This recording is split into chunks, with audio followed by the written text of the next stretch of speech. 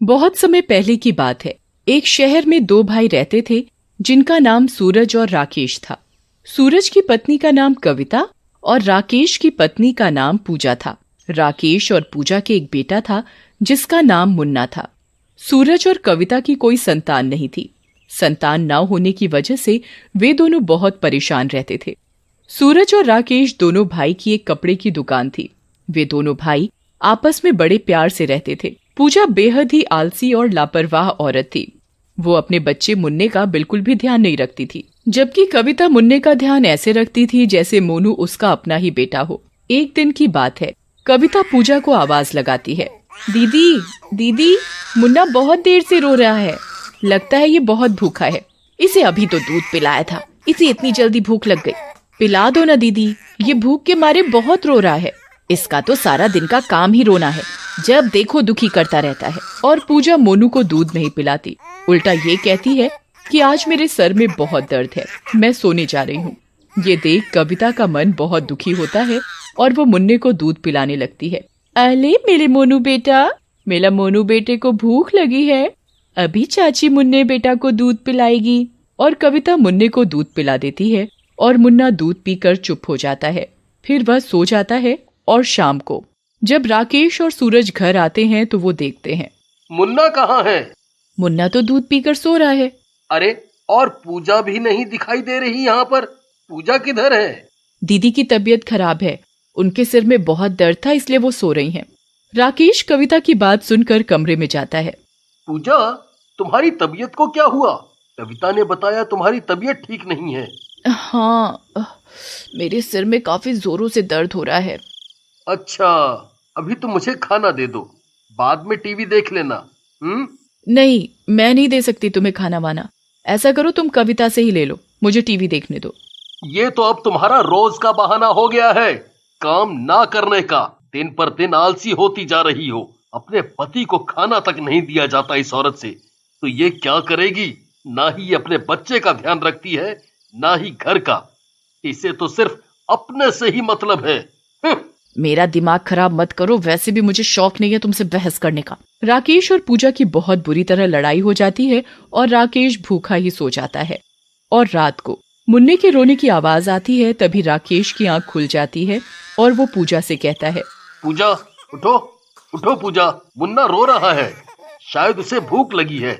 सोने दो ना, ये ऐसे ही रो रहा होगा, अभी चुप हो जाएगा। तुम कैसी माँ हो जो तुम्हें अपना बच्चा भी दिखाई नहीं देता कि वो रो रहा है? ये भाषण बंद करो और मुझे सोने दो। और पूजा को राकेश की बातों का कोई असर नहीं होता। राकेश मुन्ना को गोद में उठाकर रसोई में मुन्ना के लिए दूध लेने जाता है और वह मुन्ना को खिलाता है। मेरे राजा बेटा को भूख लगी है, अभी पापा राजा बेटा को दूध पिलाएंगे।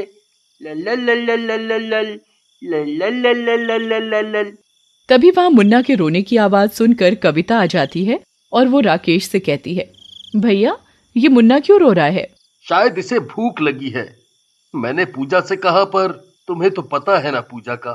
कोई बात नहीं भैया, लाओ मुन्ने को मुझे दे दो, मैं उसे दूध पिला दूंगी। कविता राकेश से मुन्ने को अपनी गोद में ले लेती है और उसे दूध पिलाने लगती है। ये देख राकेश कहता है, एक वो माँ है जिसने जन्म दिया और उसे अपने बच्चे की कोई परवाह नहीं है, और एक ये माँ है जिसकी कोई औलाद नहीं है, फिर भी वो किसी और के बच्चे को अपना समझकर देखभाल कर रही है। वाकई में माँ हो तो तुम जैसी। भैया आप बिना कैसी बातें कर रहे हो? मुन्ना मेरा भी तो बेटा ही है। और कविता मुन्ने को चूमने लगती है, उसे बहुत प्यार करती है और वो सो जाता है। कविता राकेश से कहती है, भैया मैं मुन्ने को अपने साथ सुला लूं? हाँ हाँ जरूर, ये भी कोई पूछने की बात है। और कविता मुन्ने को अपने कमरे में ले जाकर अपने साथ सुला लेती है। और अगले दिन सूरज कविता से कहता है, मैं भैया के साथ दुकान जा रहा हूँ। ठीक है, शाम को समय से आ जाना। ठीक है, आ जाऊंगा। मैं दुकान जा रहा हूँ, तुम मुन्ने का अच्छे से ध्यान रखना। हाँ तो जाओ, किसने रोका है? तुम तो ऐसे कह रहे हो जैसे मैं मुन्ने का बिल्कुल भी ध्यान नहीं रखती। हाँ हाँ, मुझे सब पता है कितना ध्यान रखती हो। और ये कहकर राकेश और सूरज दोनों साथ साथ दुकान चले जाते हैं। दोपहर को कविता मुन्ने को पूजा के पास बिठाकर ये कहती है, दीदी मैं नहाने जा रही हूँ, आप मुन्ने का ध्यान रख लेना। ठीक है, तुम नहाने चली जाओ, मैं मुन्ने का ध्यान रख लूंगी। और ये कहकर कविता नहाने चली जाती है। तभी मुन्ना घुटने घुटने चलता हुआ बाहर सड़क पर चला जाता है, पर पूजा का सारा ध्यान अपने फोन में ही लगा हुआ था। उसे पता ही नहीं चलता कि कब मुन्ना बाहर चला गया है। तभी कविता नहा कर आती है और पूजा से कहती है, दीदी मुन्ना कहाँ है? पर पूजा अपने फोन में ही लगी रहती है। वो कविता की बात का कोई जवाब नहीं देती। कविता फिर कहती है, दीदी मुन्ना कहाँ है? पूजा कविता की बात को नहीं सुनती और अपने फोन में ही लगी रहती है। ये देख कविता परेशान हो जाती है। कविता पूरे घर में ढूंढती हुई बाहर की तरफ देखने जाती है। तभी वो देखती है कि मुन्ना सड़क पर है और सामने से एक गाड़ी आ रही है। ये दृश्य देख कविता जोरों से चिल्लाती है, मुन्ना मुन्ना, अरे कोई मेरे मुन्ने को बचाओ, कोई बचाओ बचाओ, कोई मेरे मुन्ने को बचाओ।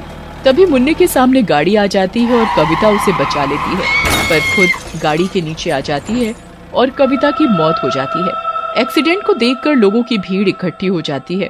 इतनी ही देर में राकेश और सूरज दुकान से लौट रहे होते हैं, तो भीड़ देखकर राकेश और सूरज कहते हैं, अरे ये भीड़ कैसी? लगता है किसी का एक्सीडेंट हो गया है। चलो चलकर देखते हैं। दोनों भाई भीड़ की तरफ अपने कदम बढ़ाते हैं। वो देखते हैं कि कविता की लाश पड़ी हुई है और कविता के पास मुन्ना बैठा हुआ जोरों से रो रहा है। ये देख राकेश और सूरज कविता की लाश को देखकर दोनों भाई जोरों से रोने लगते हैं और फिर वो कविता का अंतिम संस्कार कर देते हैं। और फिर रात को जब घर के सभी लोग सोए हुए थे, कविता जो मर चुकी थी वो चुड़ैल बन जाती है और वो मुन्ने के पास बैठी हुई थी। तभी मुन्ना उठ जाता है और वो पलंग से गिरने वाला होता है। तभी चुड़ैल उसे नीचे गिरने से बचा लेती है। मुन्ने को बिस्तर से गिरता देखकर चुड़ैल को बहुत गुस्सा आ जाता है और वो पूजा को बाल पकड़कर नीचे गिरा देती है। अरे मर गई मैं, मुझे किसने धक्का दिया? मैं पलंग से नीचे गिर गई। आहा। तभी उसका पति राकेश नींद से उठ जाता है और वो अपने मुन्ने को सुलाकर सो जाता है। वो पूजा पर ध्यान नहीं देता। अगले दिन जब सुबह सब लोग नाश्ता कर रहे होते हैं, मुन्ना पूजा के पास बैठा हुआ था। पूजा भी नाश्ता कर रही थी। मुन्ना तभी पूजा की गर्म चाय के कप में हाथ मार देता है। मुन्ना पूजा की सारी चाय फैला देता है। पूजा खींचकर मुन्ना के एक थप्पड़ जड़ देती है। इस लड़के को तो बिल्कुल चैन नहीं है, इसने तो दुखी कर रखा है। ऐसी औलाद पैदा होने से अच्छा है कि मर ही जाए। पूजा के थप्पड़ मारने पर मुन्ना बहुत जोरों से रोता है। पूजा मुन्ना की एक नहीं सुनती और नहाने चली जाती है।